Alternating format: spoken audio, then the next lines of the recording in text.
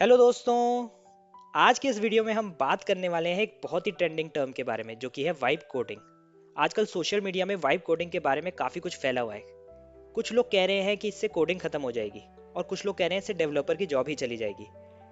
तो आज हम इस टॉपिक को पूरी तरीके से समझेंगे एक दो प्रैक्टिकल एग्जाम्पल के साथ और एंड में मैं आपको एक क्लियर कंक्लूजन भी दूंगा। चलो स्टार्ट करते हैं। सबसे पहले जानते हैं वाइब कोडिंग का जो टर्म है किसने पॉपुलराइज किया है। इस टर्म को पॉपुलराइज किया है आंड्रेज कारपेथी ने और ये अर्ली 2025 में ही आपको ज़्यादा सुनने को मिल रहा है। और सिंपल भाषा में बोलूं तो वाइब कोडिंग एक ऐसा तरीका है जहां आप एआई की हेल्प से कोड लिखते हो। आप प्रॉब्लम को सिंपल सेंटेंस में डिस्क्राइब करते हो। जैसे कि आप लिखोगे कि हे एआई, एक वेबसाइट का लॉगिन पेज बना दो। और एआई जो एक बहुत बड़ा लैंग्वेज मॉडल है जैसे कि जीपीटी, वो आपके लिए कोड लिख कर देता है। यहाँ पे प्रोग्रामर का काम कोड लिखना नहीं है, बल्कि एआई को सही इंस्ट्रक्शन देना और एआई के जनरेटेड कोड को टेस्ट करना, रिफाइन करना। मतलब एआई आपका कंपेनियन बनेगा, ना कि आपका ऑल्टरनेट। तो अब तक आपको थ्योरेटिकली ये समझ में आ रहा होगा कि एआई को आपको एक सेंटेंस देना है, एक अपनी प्रॉब्लम डिस्क्राइब करनी है, जिसके कॉरस्पॉन्डिंग वो आपको एक कोड देगा। जो आपको प्रॉब्लम स्टेटमेंट दी है उसके कॉरस्पॉन्डिंग वो कोड देगा, वो आपको टेस्ट करना है और उसको आपको रिफाइन करना है। तो एआई आपका कंपेनियन बन रहा है, ना कि आपका ऑल्टरनेट बन रहा है कोडिंग में। अब इसको हम प्रैक्टिकली देखते हैं। हम यूज करेंगे कर्सर एआई नाम का एक कोड एडिटर। ये बेसिकली वीएस कोड जैसा ही है, लेकिन इसमें एआई का चैटबॉट इनबिल्ट होता है। तो चलो उसको भी देख लेते हैं। अगर दोस्तों आपने कर्सर एआई इंस्टॉल नहीं कर रखा है अपने लैपटॉप या अपने पीसी पे, तो आप कर्सर.com पे जाके डाउनलोड फॉर मैकओएस, अगर आप मैकओएस में काम कर रहे हो तो यहाँ पे डाउनलोड फॉर मैकओएस का लिंक आ रहा है। ऐसे ही अगर आप विंडोज़ में काम कर रहे होगे तो यहाँ पे डाउनलोड फॉर विंडोज़ का एक लिंक आ रहा होगा। इससे आप डाउनलोड कर सकते हो। उसके बाद इंस्टॉलेशन स्टेप कंप्लीट करके अपने पीसी या लैपटॉप में उसको इंस्टॉल कर सकते हो। इंस्टॉल करने के बाद कर्सर एआई कुछ इस तरीके से दिखता है।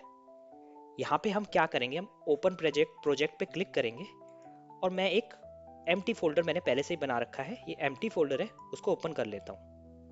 अब हो सकता है आपके पास फाइल कुछ ऐसी खुल रही होगी इस तरीके से। ये एक खाली फोल्डर है, ऐसे आपको दिख रहा होगा एक स्क्रीन। अगर आपको यहाँ पे चैटबॉट को खोलना है तो यहाँ पे टॉप पे एक टॉगल एआई पेन ऑप्शन आ रहा होगा, तो आप इस पर क्लिक करके ये एआई का जो पेन है, एआई चैटबॉट का जो पेन है, उसको ओपन कर सकते हो। अब मान लीजिए मुझे एक नया प्रोजेक्ट शुरू करना है। पहला काम है कि मुझे वर्चुअल एनवायरनमेंट बनाना पड़ेगा। मैं नॉर्मली मैनुअली कमांड से भी बना लेता हूँ, लेकिन आज मैं आपको ये काम एआई से करवा के दिखाऊंगा। आपको सिर्फ एक प्रॉम्प्ट लिखना है। मैं लिखता हूँ, hey create a virtual environment named named नाम देता हूँ वीएनवी, यानी कि वर्चुअल एनवायरनमेंट का short form, using Python 3.3.12 in this workspace folder. और मैं इसको सेंड कर देता हूँ। थोड़ी देर मैं वेट करता हूँ। वेट करने के बाद ये आपको एक कमांड दे देगा। तो अब आप पे डिपेंड करता है कि आप कमांड रन करना चाहते हो या नहीं। अब मैं इसको रन करना चाहता हूँ, मैं डायरेक्टली इस पे रन पे क्लिक कर दूंगा। जैसे ही मैं रन पे क्लिक करूंगा तो आप देखोगे लेफ्ट हैंड साइड में आपका एक वर्चुअल एनवायरनमेंट क्रिएट होना शुरू हो जाएगा। तो हमने क्या किया, एक कमांड दिया जिसको एआई ने समझा और हमारे को से पूछा कि इसको रन करना है या नहीं करना। तो आपने रन क्लिक किया और वो एक वर्चुअल एनवायरनमेंट बन गया। एक एक्सपीरियंस डेवलपर के लिए ये टाइम बचा रहा है, क्योंकि मुझे तो मैनुअली भी आता है कैसे मेरे को एनवायरनमेंट बनाना है। पर अगर मैं वो रिपीटेटिव काम नहीं करना चाहता तो मैं ये चैटबॉट के थ्रू भी इसको करवा सकता हूँ। अब मान लीजिए मुझे कॉम्प्लेक्स प्रोजेक्ट का स्ट्रक्चर चाहिए।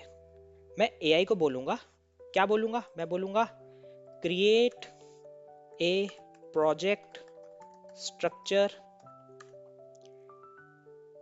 For agentic AI system using LangGraph, also create a separate